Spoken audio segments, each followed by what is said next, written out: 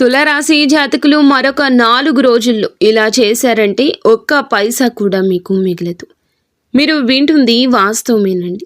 మీలో ప్రకృతి చెప్పుకోదగినంత విశ్వాసాన్ని, తెలివిని నింపింది. కాబట్టి వీలైనంతగా వాటిని ఉపయోగించండి. ఇక ఈ 4 రోజుల్లో మీకు అప్పు ఇచ్చిన వ్యక్తి మీ దగ్గరకు వచ్చి అప్పు మొత్తం కూడా తిరిగి ఇవ్వమని కోరుతాడు. కాబట్టి మీరు ఖచ్చితంగా ఇవ్వాల్సి ఉంటుంది. కానీ మీకు తరువాత ఆర్థిక సమస్య తలెత్తుతుంది. కాబట్టి అప్పు చేయకుండానే ఉండండి. వాదనలు, తగువులు, అనవసరంగా ఇతరులతో తప్పులు చేయించడం మానండి. ప్రేమలో మునిగిన వారికి ఆ ప్రేమ తాలూకా రోజంతా సంగీతం నిరంతరాయంగా ఉంటుంది. ఇక ఈ ప్రపంచంలో మీరు అన్నీ కూడా మర్చిపోతారు. ఇలా వృధా ఖర్చులు మానుకోండి. మీ సమయాన్ని స్నేహితులతో గడుపుతారు.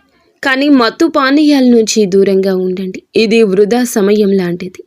పెళ్లి తర్వాత చేసేటటువంటి ఇంకా మీకు ఇతరత్ర ఎటువంటి సందేహాలు, సమస్యలు ఉన్నా భార్యాభర్తల సమస్యలు, సంతాన సమస్యలు, స్త్రీ పురుష వశీకరణం చేస్తారు మా గురువు గారు. 3వ గంటకి తెలియకుండా పరిష్కారం చెప్పబడును.